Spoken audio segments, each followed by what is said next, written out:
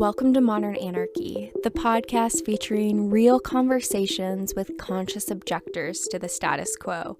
I'm your host, Nicole. I tried to keep her quiet, but she's screaming inside of me. I tried to keep her hiding, oh, shut up. I tried to keep her quiet, but she's a wild, wild woman. On today's episode, we have Shane Norte. Join us for a conversation about the capitalization of healing. Together we talk about the psychedelic buffet, when a giraffe tries to give a polar bear advice on how to live, and the need for free access to earth-based medicines. Hello, dear listener, and welcome back to Modern Anarchy. Thank you for tuning in for another week of learning and growing together in this space. Speaking of the capitalization of healing, it is truly so mind-boggling to me that in America, private companies profit off of our medical treatment. And that in America, you can go bankrupt for medical bills. And I was looking into this for this episode. Apparently, in 2019, there was data saying that 66% of all bankruptcies in the United States were tied to medical issues. Like, what is this country? When other countries around the world are providing universal health care and we have 66% of all bankruptcies tied to medical issues? Oh. Meanwhile, let's just add another fun fact on there.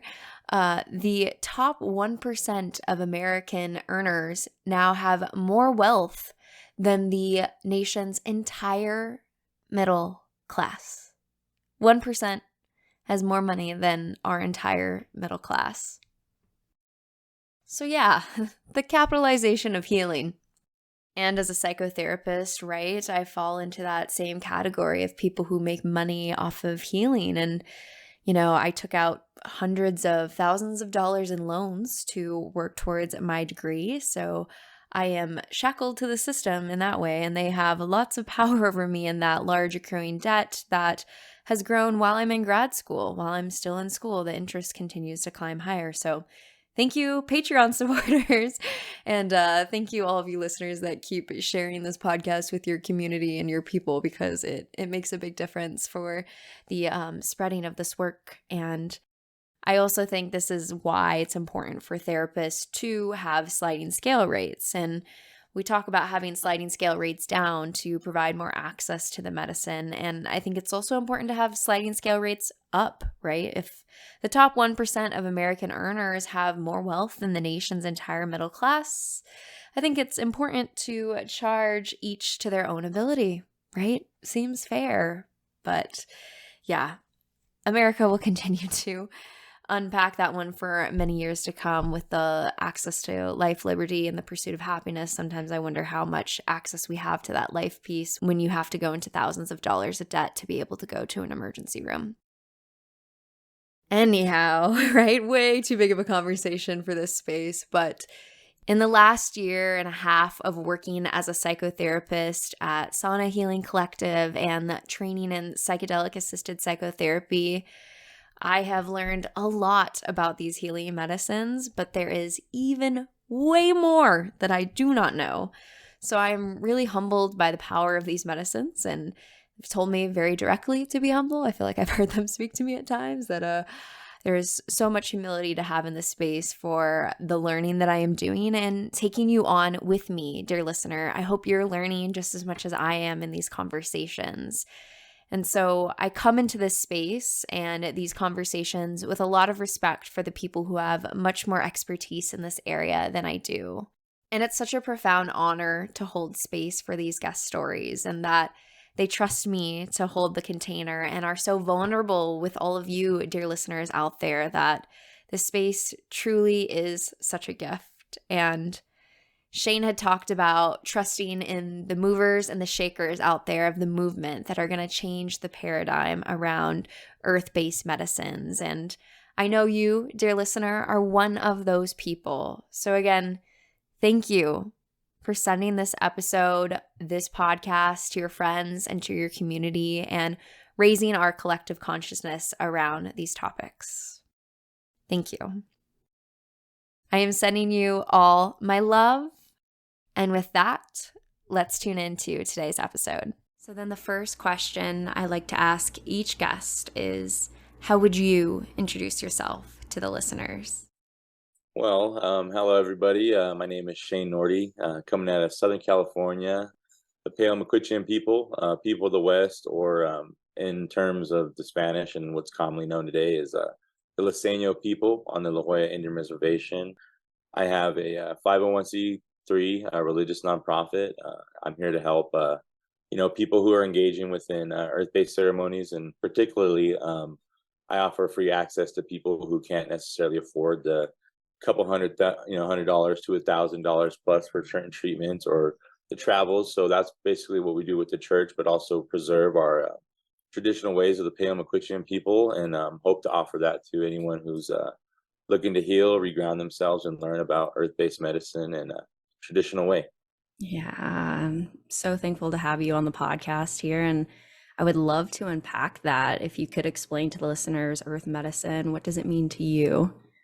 Yeah, definitely. So earth medicine to me is any type of, it could be a tree, it could be a plant, it can be, a river, it could be a rock, just anything that's earth based. That's why I say earth based. Anything that's earth based, to me, so like I said, a lot of people who don't understand necessarily relationships amongst all creations. I've noticed that human beings always try to put themselves above, a tree, above an animal, above a river, above, the air, all these things. So for me, I like to just include all, earth, medicines and earth creations. That's where I see a lot of the things are earth based. Mm-hmm. Mm-hmm. And then in terms of, I know I met you through the Double Blind Psychedelic Sex and Intimacy Summit. So where does that come into earth medicines and your practice and the offerings that you have? Yeah, as far as, the sex and the intimacy aspect, I think once people can find themselves, like I said, it's not necessarily a place to bring that type of energy as far as like a first type thing. It's more of like you need to get yourself, healed, get things more figured out, more grounded. And if you're all healed, just get yourself more constructed on an earth-based level and an earth-based feeling. And then I think after that, whether you're intimate or you're really sexual, I think that then can play a big key, because then after you have your foundation with the earth-based medicine and yourself for who you are on an earth-based understanding, I think that'll just expand in anywhere, because from there I think the person, if they're comfortable with their sexuality or their intimacy or however they want to be, I think once they're founded in that earth-based way, they can excel however they want to in that category of their sexuality or their intimacy or however they want to put things forward. But I think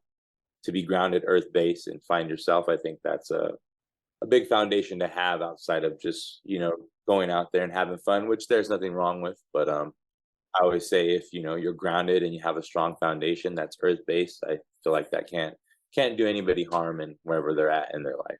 Mm-hmm, mm-hmm, mm-hmm. And I think, this podcast, I really love to hold space for each guest's individual story. And if you'd be comfortable, I'd love to hear your journey with these pieces, wherever that starts for you, and really hold the space for your story here. Yeah, definitely. I'll kind of do like short, brief recaps on moments of the history. So Yeah. I've been going with this medicine and this work for about 10 years now, since about 2013. It didn't really accelerate and start getting into the work of helping people until I lost my father in Mm, 2018 to cancer. mm, I went through the whole process of seeing him be real healthy to being degenerate and passing within 4 months. And so mm, after all that and going through the whole Catholic Church and how they go through everything with their dead and everything of that nature, I just didn't it didn't sit well with me. I didn't get too much peace throwing some dirt, on my dad's grave and then going away. So then after that, I got involved with some people that I met at a National Unity Conference back in 2000, I think it was 2015 or 14, around 14 or 15. And they practiced with peyote in their Native American church. And so I had them come down to where I was staying at my mom's land.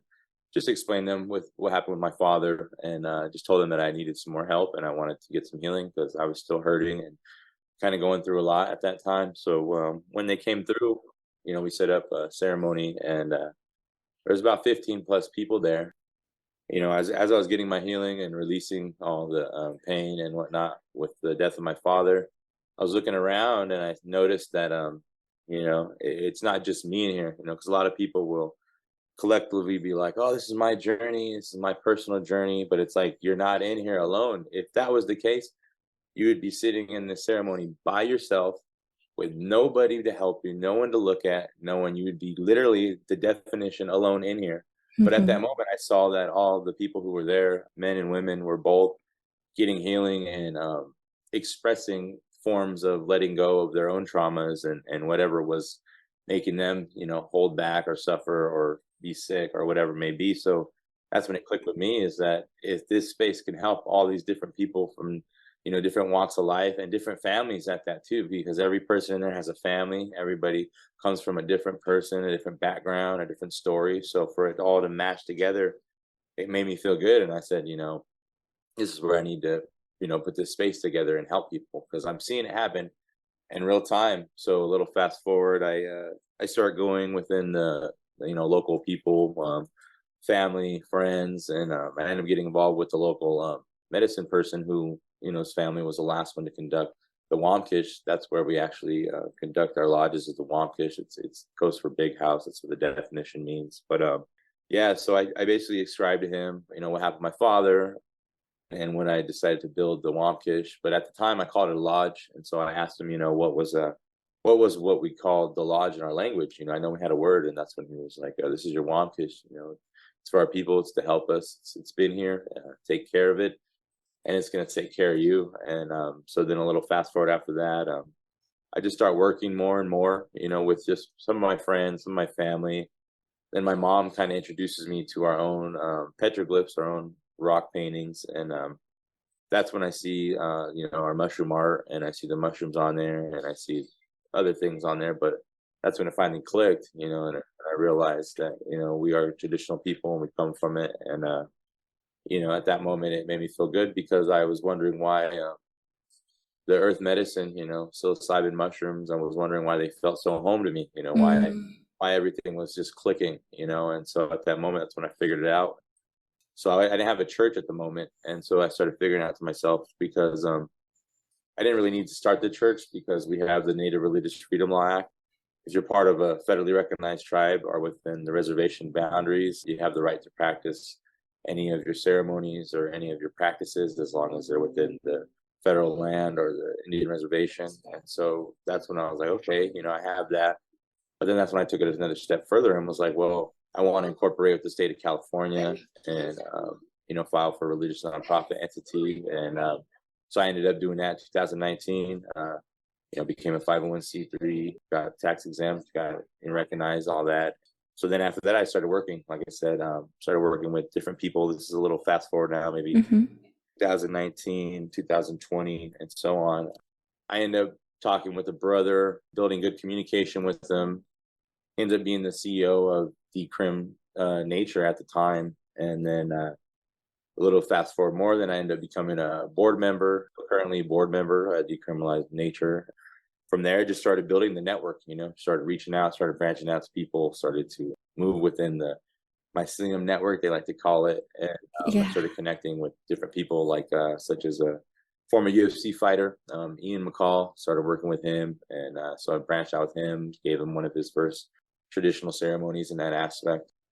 Started going through, we were going to be on HBO, but I denied it just because of the fact of the producers were kind of disrespectful to me on how they really wanted to film the whole ceremony and they wanted to do the whole thing. And I was telling them, this is no go. So anyways, I just cut it. Didn't want to get into it too much with them. And so that passed by, ended up going through, start meeting more and more people, get involved with more special force veterans, got involved with David Bronner, Dr. Bronner Soaps. He sponsored our church, gave us soaps, helped us with 2 food drives.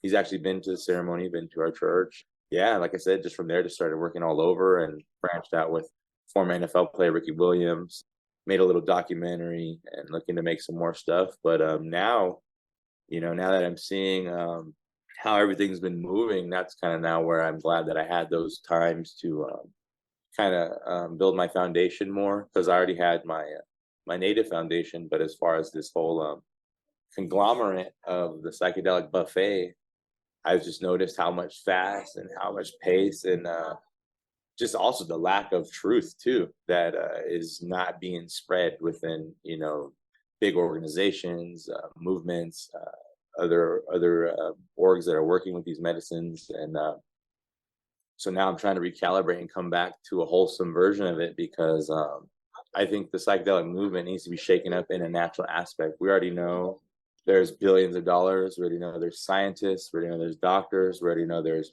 medical studies. We already know all that, but they don't ever talk about how natural settings play a key part into the rebuilding of our DNA and restructuring of our spirit, our physical, mental. And so yeah, that's kind of now where I'm trying to take this into this whole thing, because I always tell people, like, you can go down to Compass and take Comp 360 and go through the whole spiel, or you could let your body naturally do its thing and go through a natural journey and a natural you go take Comp 60, chances are you got blinders on, you got some headphones on, you got pretty much a doctor setting. And to me, like I said, I'm not saying it's good or bad, but I know there are a lot of people out there, for one, they can't afford a lot of the things or meet the criteria of the things. But I know there's a lot of people that dig natural elements of healing. And I just think that it's not talked about as much, because you got a lot of microdosing, integration, you got a lot of coaching, you got a lot of psychedelic, awards. Basically, I got my, my certificate, and it's like, okay, based on what? Based on what? I mean, obviously, I know your credentials are a little more, recognizable and whatnot. But as far as when someone who's like, oh, I paid $1,000, $2,000 to get certified in this 10, 15-week, 30-week, 70-week program, and I'm like, okay, like, where are these bases at? What are you gonna do? When this happens, or are you guys even talking about certain things? Are you guys even talking about this, or are you guys' knowledge? Is it all based off of the internet?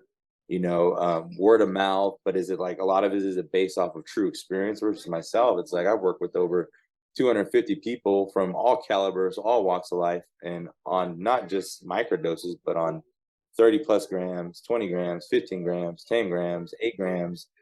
It's like no one's talking about all this. And it's not Mm-hmm. saying they need to, but I'm just saying if people want to accelerate the community of psychedelics, you just can't leave out the natural. And like I said, that's kind of where I'm hoping to take things now when I conversate with people and meet people, is like, I've already done the test runs, I've already seen the walks of life who've came through, and we're here. And I think people need to hear it, rather than, you need to pay 5,000 and go down south, and you need to run through this integration and this process. And after this call, you're going to do another follow-up call. And then after you have your breakthrough, I'm going to call you back next week, or we're going to have a one-on-one meeting. And I'm just like, that's cool and all. But for myself, we do spot on integration. We do it at the church. We do it the next day. I don't go give someone a big old ceremony and be like, hey, bud, and then I'm going to call you back next week.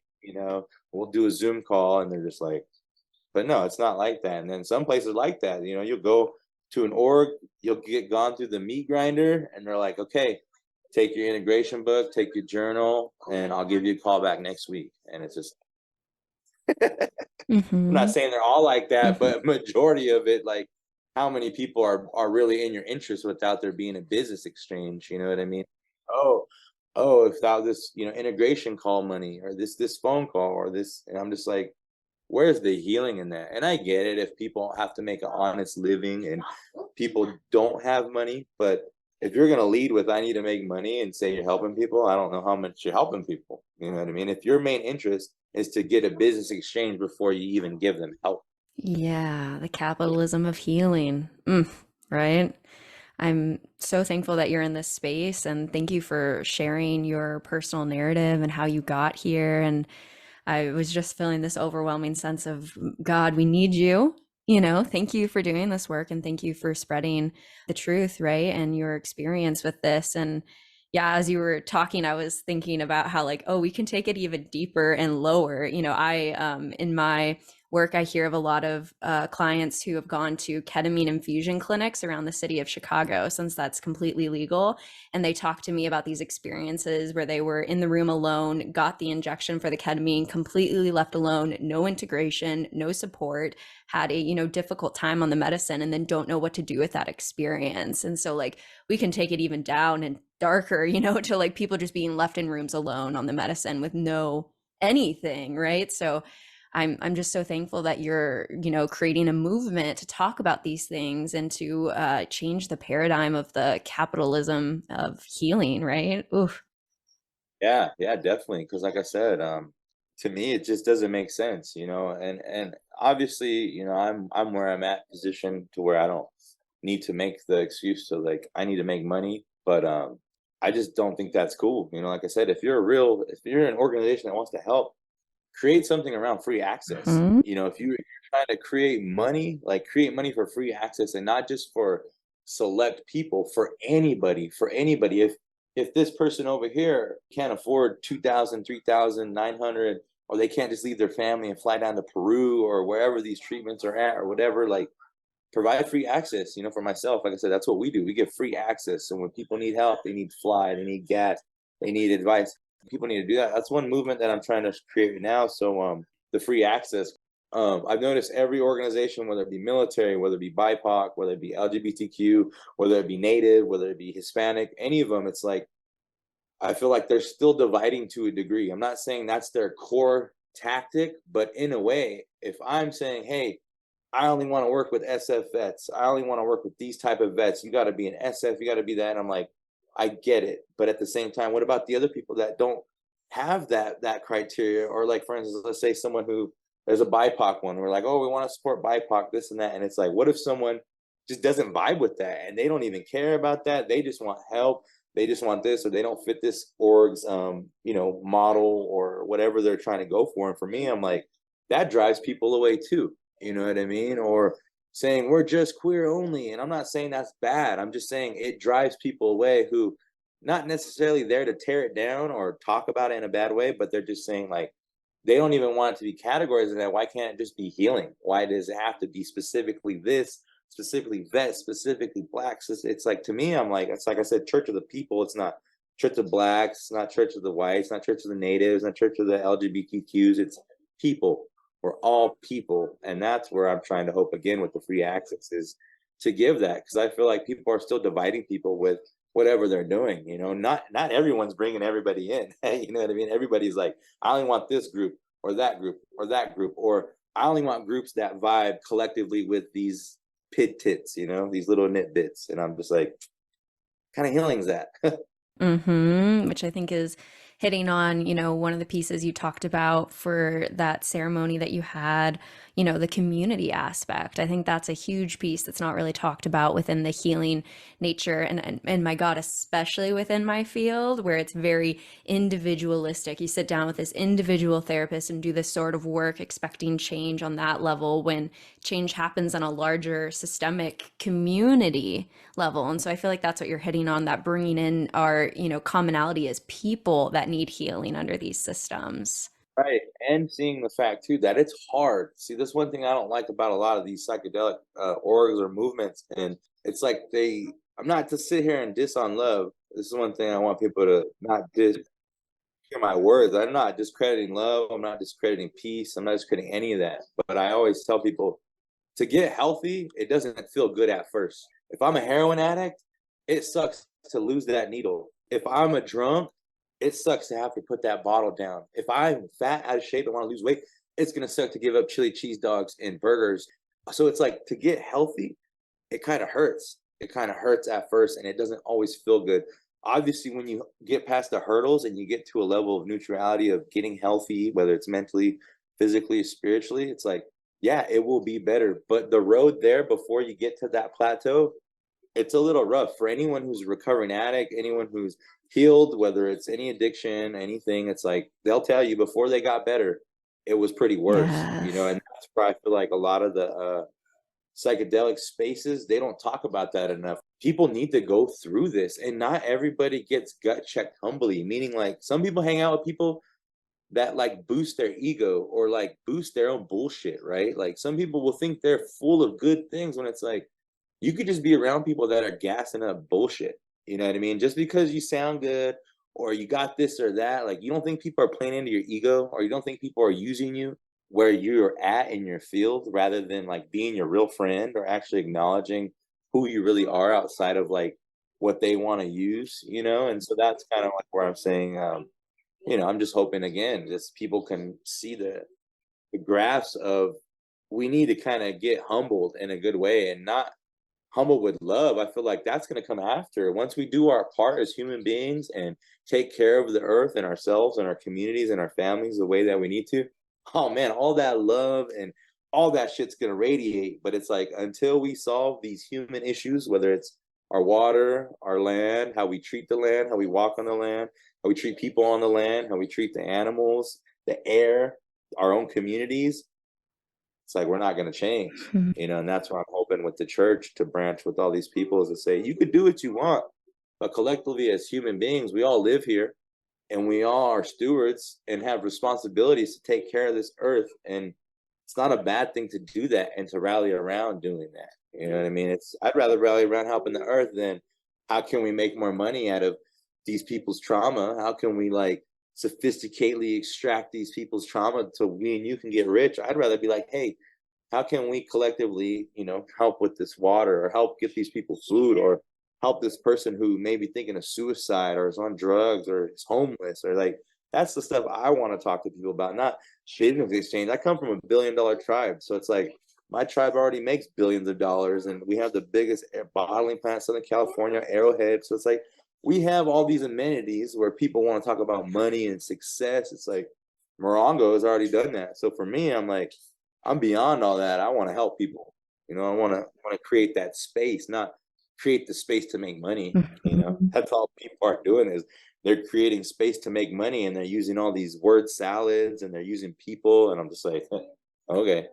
Yeah, it can be scary, right? To think about the people that have the power and are creating the paradigms and the control over who has access to these medicines, right? And all of But that. yeah, that's why we were kind of going at it with Bronner's team and all them because they were still trying to, push for the peyote and all that. And for me, I'm like, at the end of the day, it's still not good. You got a big farm in Texas, okay, and now all these doctors, all these universities. So it's like now you got this guy Sandor who's says he's going to help with the peyote and this and that. I don't know whether he is or not, but I'm just going to sit here and say that it's not like Bronner and them are going to every native tribe and saying, hey, we got a peyote farm and we can offer you guys this peyote. I bet you before that ever happens, there's talks between MAPS, John Hopkins, and all these other places that can really benefit off of synthetic mescaline and be profited and patented and sold and whatever else they want to do. So for me, I'm not saying it's good or bad, but it's definitely not honoring the peyote. It's definitely not honoring the indigenous people, and it's not honoring the message of helping people. So I'll leave it at that. But that's where I was just expressing of there's all that out there. Everyone's doing everything out there to do this and that. Just like how some places are patenting, certain ways to do medicine or certain ways to have ceremony. And it's just kind of getting wild. And like I said, no one's talking about the natural stuff. Everyone will tell you, hey, go pay 10 grand and go out here. This is the thing, man. You got a salmon plate, you got yoga in the morning, you get a rose bath, you get some silk pillows, you get a head massage. And I'm like, that's cool, but where is the healing? To me, it's not like going on vacation. To me, it's not like you're on vacation. I don't see no humility or humbleness in that other than like someone who's going to like a Hawaii resort or going down to Cuba, Colombia, the Bahamas, anywhere. It's like that's what I see when I see these. I don't see people like myself going there or my whole reservation. I don't see them coming to our doors. That's why I laugh when everyone talks about natives and this and that in this space. And I'm like, I ain't never seen you guys come to my res. I ain't never seen you guys come over here, other than me reaching out to you. But it's like, you guys have never, come out here. And that's where I kind of find the whole native thing's a joke too, because it's like a lot of people will just use it for clout, like, or they'll use the buzzwords sacred, indigenous, creator, Mother Earth. I've seen it, before this whole psychedelic movement. I was on the front lines. I did 6+ years in the native movement, fighting billion-dollar extraction mining companies, Rio Tinto, no Dapple, all these different things. And that's another thing that showed me too, was like, most people will not stand up for the water like that. Most people will not stand up for the earth. They say the earth is sacred, but it's like, will you get shot for water? Will you go to jail for your land? Will you die for your water, your air, your land? And it's like, I don't think so. I mean, the natives already proved that a long time ago, but it's like, I don't know about the common people. They're fighting over, writing scripts and this and that, when it's like, you should be demanding water rights and air rights and right to be a human being before a fucking script or a fucking this. Like, it's kind of weird. Yeah, it is. And I appreciate you naming that because I think more people need to hear that, right? The ways that these power structures are, directly attacking the earth, our ability to access community and medicines. Right. No, that's one thing I try to tell the people who come to the church is like, it should be an all out, not saying an all out war, but these corporations have declared war on our humanity, our water, our air, our land, our food, our communities. And if all those are under attack, it's like, something needs to be said. I always say, if, like I said, if all the people can rally together like that, man, water should be way more important to you than that. Kids need it, everything needs it, the plants, the mountains, everything needs water. And that's where like I said, I'm hoping with the whole greater whole of this, with the church and the people we know, I'm hoping that neutrals out to this whole movement, because there are shakers and players out there that can do things, that can get the ball moving, not just with what we're talking here, but like what we are saying earlier with natural medicine, more natural communities, more natural healing, free access, all of it. All these things can be getting pushed, but for some reason, it's like all these buzzwords, all these other things, they keep going. And for me, I've had them all come to my church. I've had all these people who've come with these integrations, this breath work, and these sound bowls, and these hape, and you name it, they've all came. And none of it's worked. And I'm not saying it like that. I'm just saying it's not the container to do it. It's like a giraffe trying to give a polar bear advice on how to live in its environment. Yeah. It's like, bro, you might have good advice, but do you not realize I'm in the ocean, frozen ocean water and the ice, and you're over here in the, desert type hot environment. So to me, I'm like, it's not to say the giraffe's advice isn't good to the polar bear. It just doesn't fit in its space, and that's what I mean by when people have all the sound bowls and the hape and all this and the breath work. It's not to say that it's not work. It's just, it's in the wrong environment, especially when your spirit is going through a whole shift and like that. It's like that should come after your spirit comes. But as your spirit's going through its shift, I just don't believe that that's good for you, because to me it's like, why are you doing that? I've noticed people who've done, like, I've seen people who've taken 15 grams and they think a hape is going to bring them back, and they end up falling over and puking and like going into a worse spin. And I'm like, I told you, like, you're over here telling me how hape just clears your head and it just grounds you and it just makes your life that much better. Well, why are you throwing up and over here telling me it just made you worse? Like, it gets like this story. I always tell some of my friends this story. It's about the coyote and the mountain lion. So the mountain lion was in his den, and it was raining, pouring, and he saw the coyote and saw that the coyote couldn't get no food, and coyote was trying to hunt. He was doing everything he could, but no food. And so the mountain lion was like, hey, come into my lodge. I'll make you some food. I noticed you couldn't eat. And so as they're talking and whatnot, he gets the fire going, he gets it all going. And then the mountain lion cuts a piece off of his leg and he throws it on the fire, and they're just talking, and then he gives the coyote his food. And as they're talking, coyote's like, hey, wait a minute. He's like, I just saw you cut a piece of your leg off and put it in the fire. And he's like, you're not bleeding, nothing's wrong with you, and basically he goes, well, this is my gift. Like, creator gave me this gift, and this is what I can do. And so the coyote's like, well, creator gave me gifts too. Creator gave me gifts. I could do things too. So, and he takes the knife and he cuts it and he throws it in there, but then he starts bleeding, Mm. and Coyote's bleeding all over, and he's like, "What's going on? What's going on?" And then Mountain Lion goes over to him and fixes him, and he goes, "See, like I can do this and you can't," which is basically by saying like, just know your place where you're at, and do with what you can do. Don't try to do something that you're not supposed to do, or putting something to where it doesn't need to be, and that's where I'm trying to get at with all these things that people are doing. It's like they're throwing it in a mash pot, and for me, just oil and water don't mix, and it trips me out how modern people, they still don't get that. People are still like, "No, I gotta show you this. I gotta bring this. Can I bring this in here? Can I bring that in there?" And I'm like, you guys need to understand that these ways are old, and they've been teaching humans how to be on this earth way before some of these instruments even came down south. Because I tell people, you think about a fire. Fire is old. It's in every human's DNA before electric, before anything. It doesn't matter if you're, Egyptian. It doesn't matter if you're from Greenland and from China, from Africa, from here.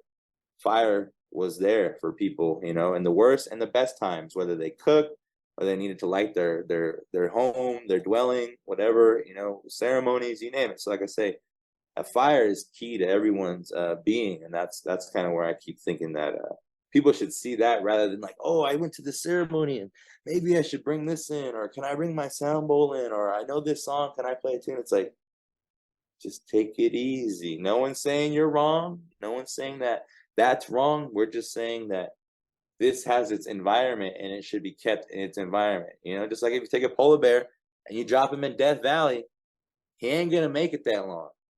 And that's how I feel with everyone trying to put things to where they don't need to be. It's like, it's not gonna last that long. The only reason why this has feet right now is because of the money.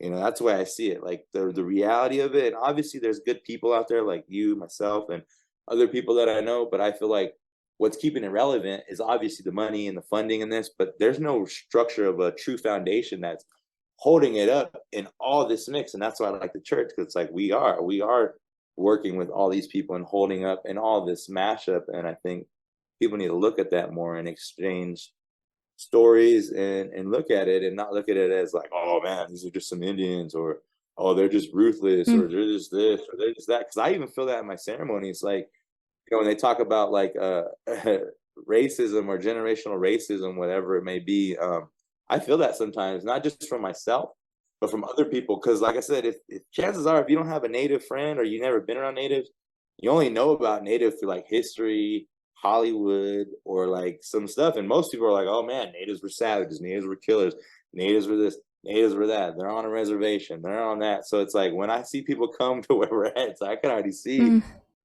Mm. stiffen up, little, this, that, however they want to be, the body language, everything Yeah. speaks for itself. And it's like, we're good people, Mm.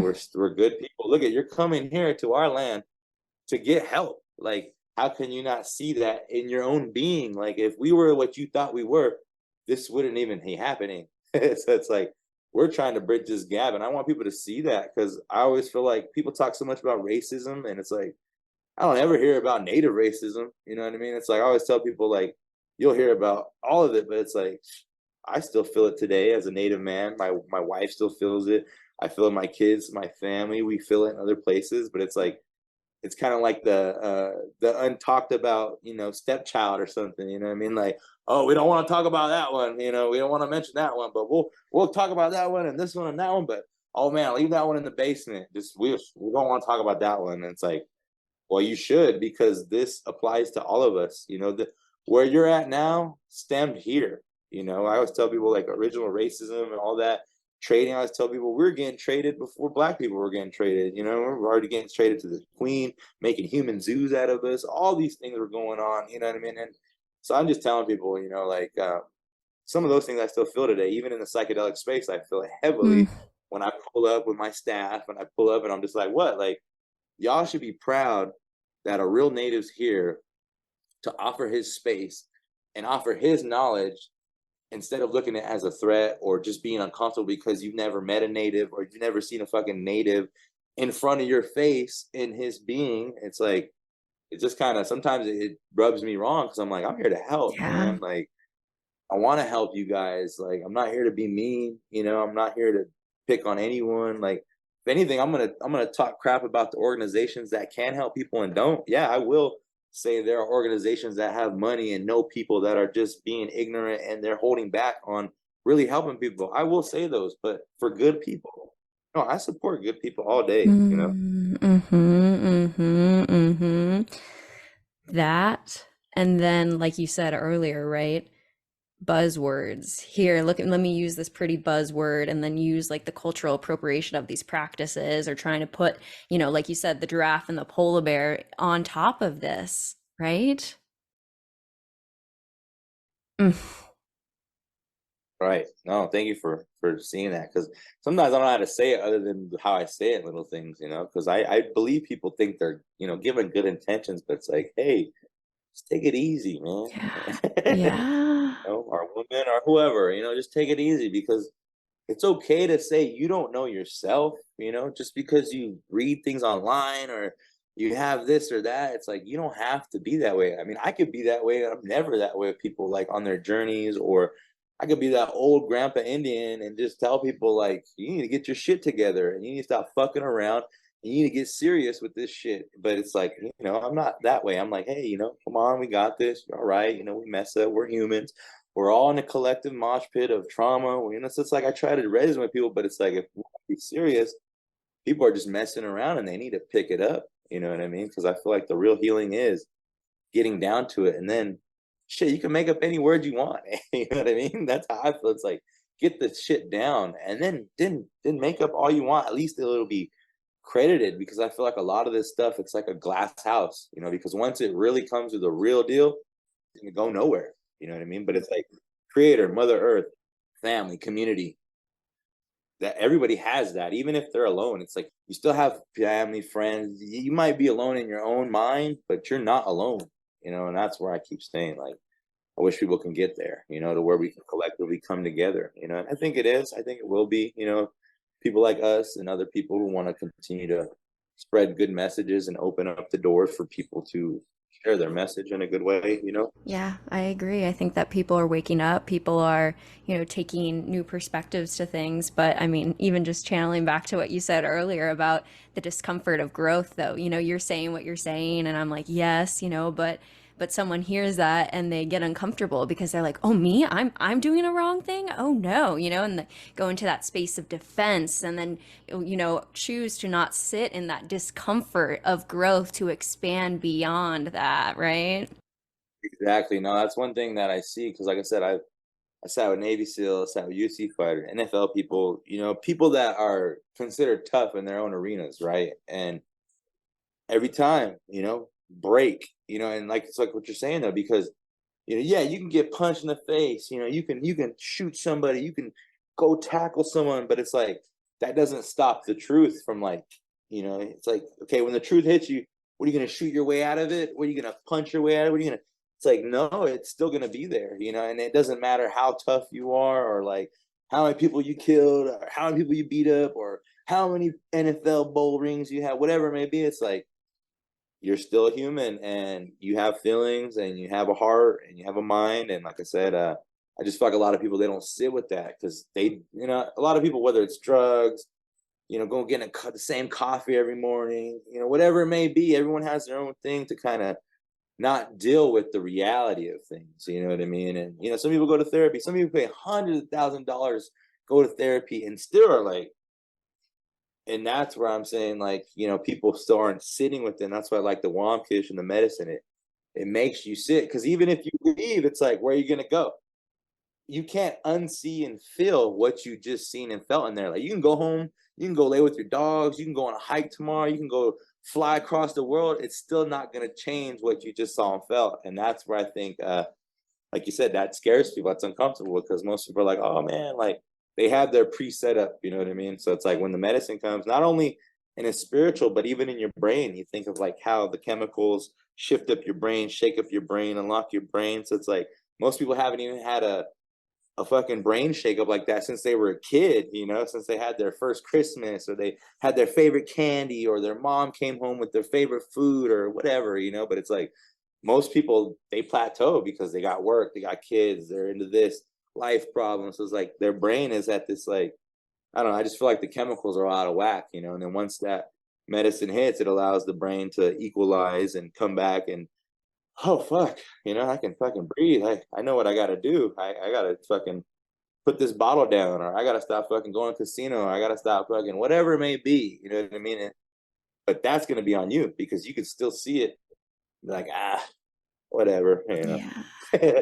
Which some people do, you know. It's true, right? That and then continue to go back to the medicine and not integrate. And they're like, I'll just wait till next year and I'll do my 1 or 2 time a year thing, and then I'm back to the grind, back to the meat grinder, and I'm like, okay, what healing is that? Totally, totally. Or I've even seen ads for, the medicines of how to help with capitalism and boost productivity. And I'm like, oh God. I know, right? What do we just yeah, it's a problem.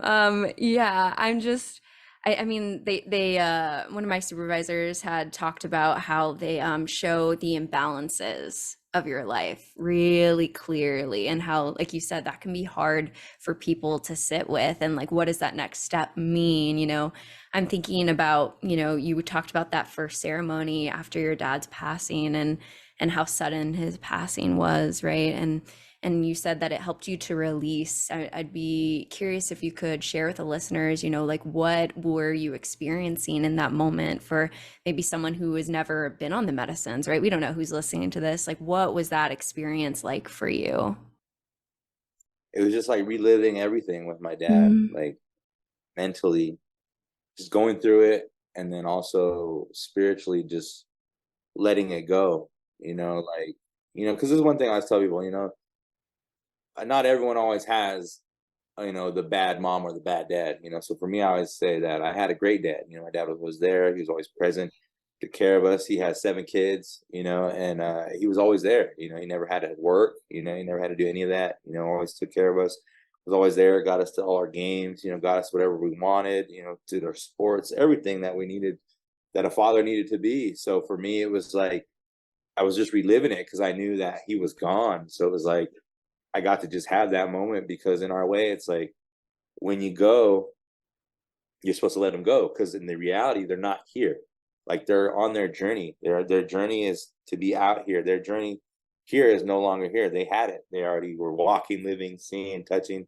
So it's like now you got to let them go, because in our way, it's like it's very selfish of you to not understand that they're starting their next life, and that's their next life, and that you already had your time here, and now it's time to let them go, and to let them go in a good way, mm, not just, like I said, not just throwing dirt on a casket in a mm, in an embalmed body and in a fucking nasty ass casket with all these chemicals. And no, it was like it was good to just say, I love you, Dad.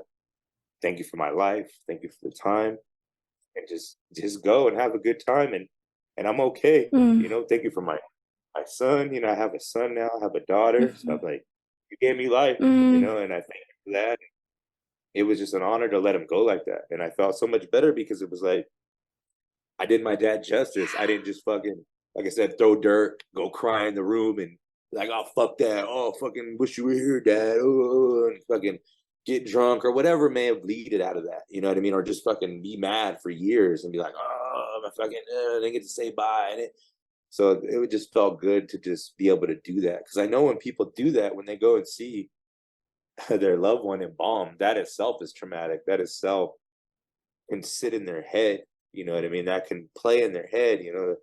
And like I said, on the res, I've been to a lot of funerals, and it ain't good to see an embalmed body.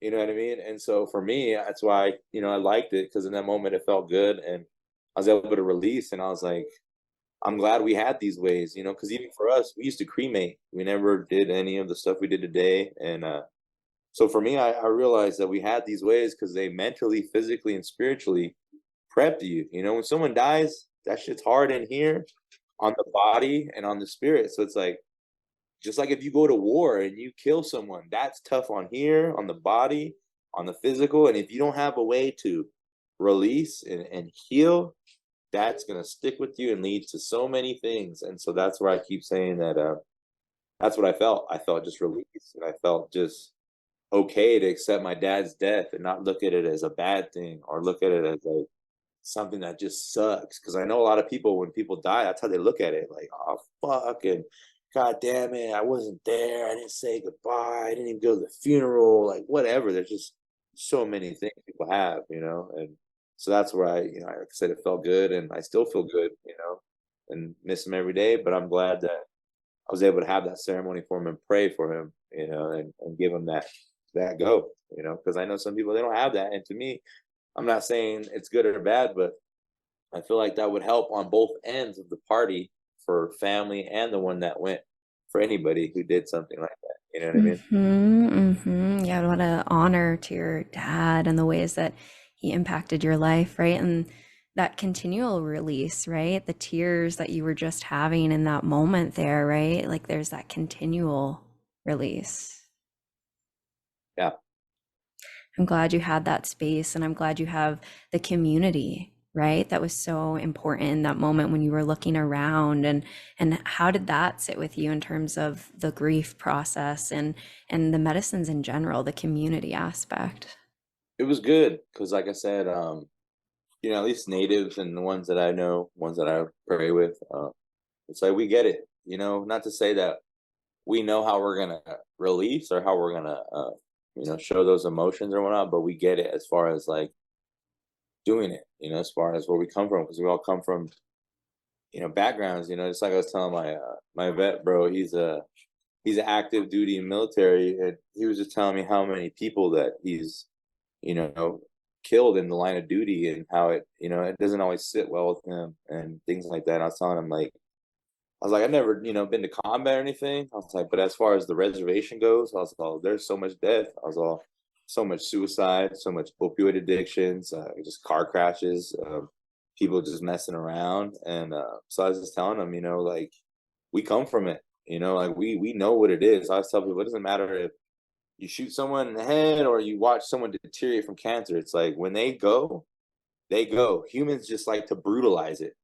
It doesn't matter what happened, you fucking go. So to me, I'm like, death is death. It doesn't matter if you seen it through a barrel or you've seen it through a damn overdose or a car accident. I'm like, it's just death, period. And so that's what I was telling him, like, we come from that. And that's not really to be proud of. I'm just saying, like, it's given us strength, because I've seen people that don't deal with death well, and they go to death and they lead with death and they run with death. And for me, I'm like, it's not good.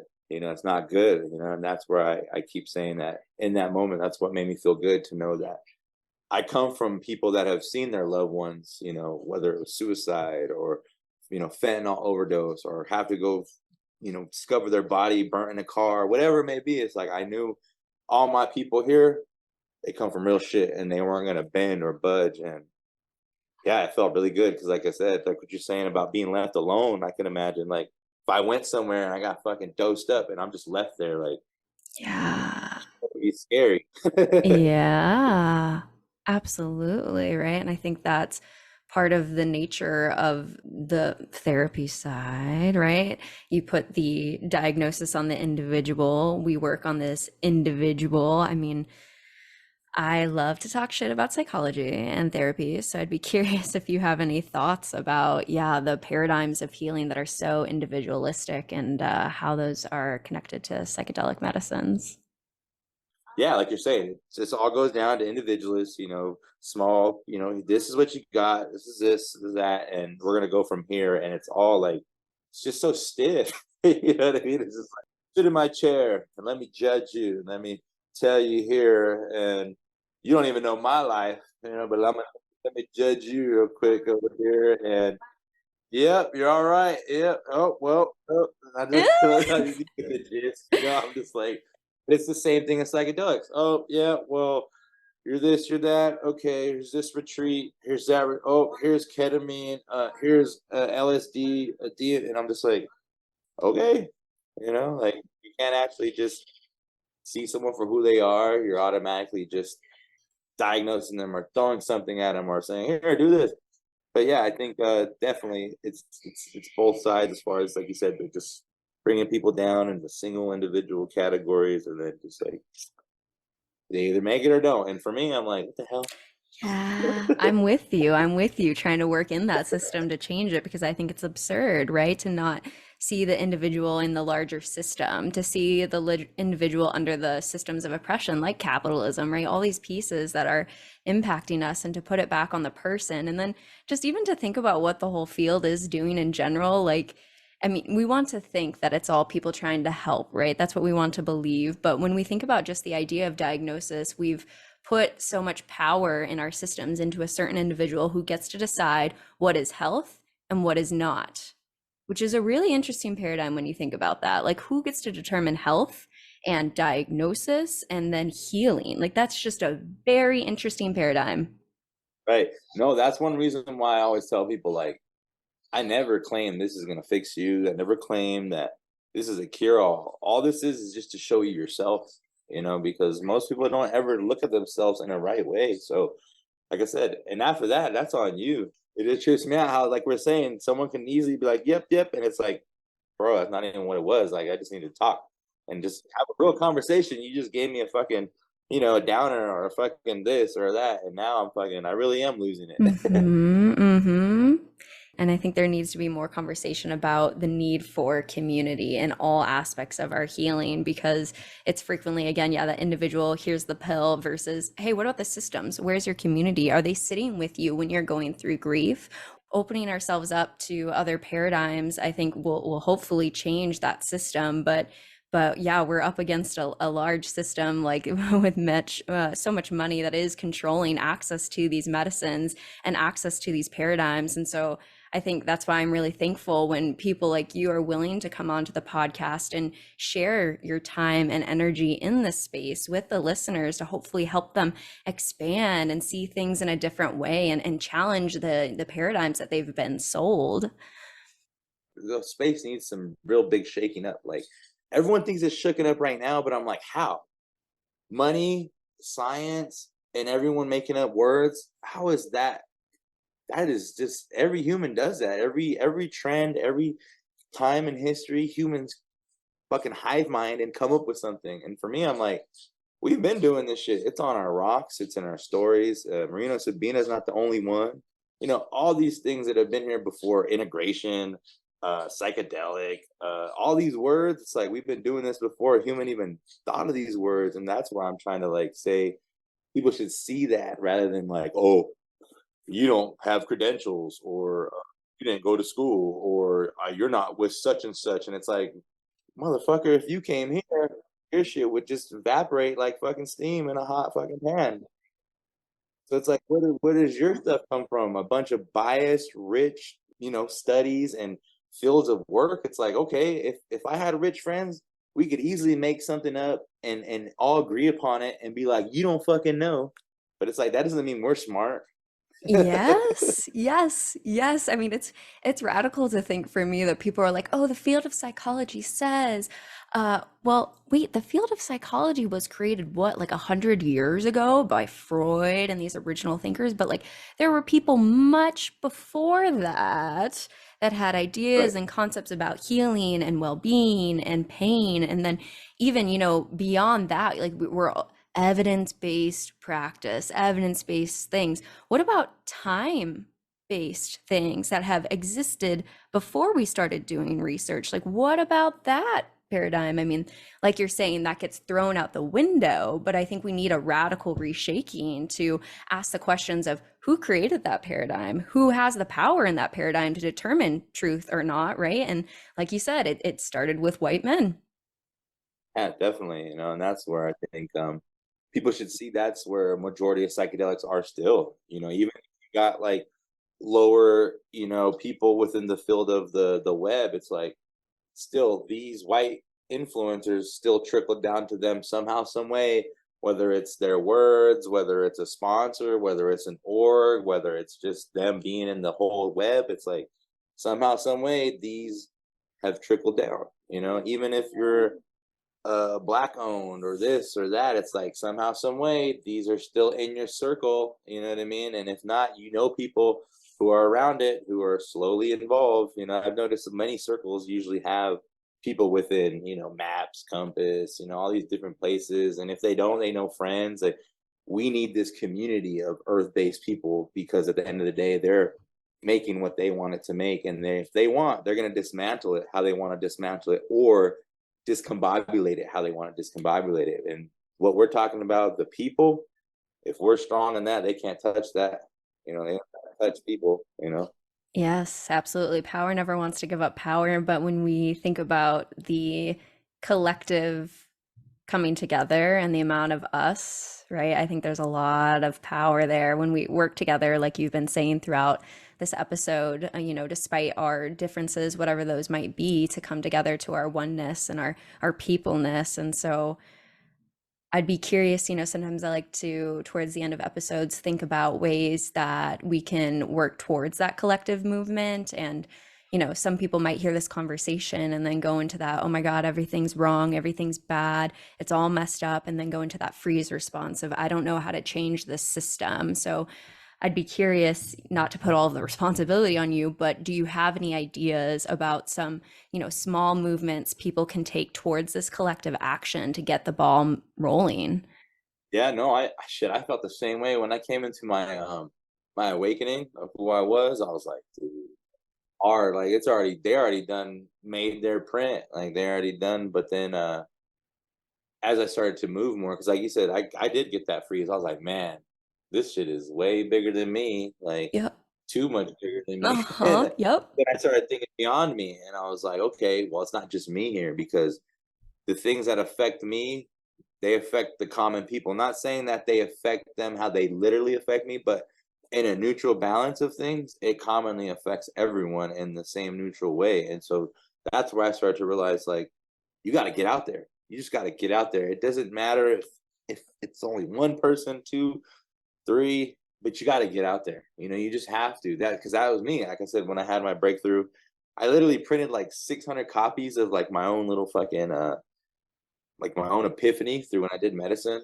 And that's what it was, kind of like what we're talking about, just people coming together. And it doesn't take billions of dollars to help the world. And so I spread it. And then from there I started moving. So I think for anybody, first and foremost, you should look within yourself and find out where you stand within this, because some people, they don't even care.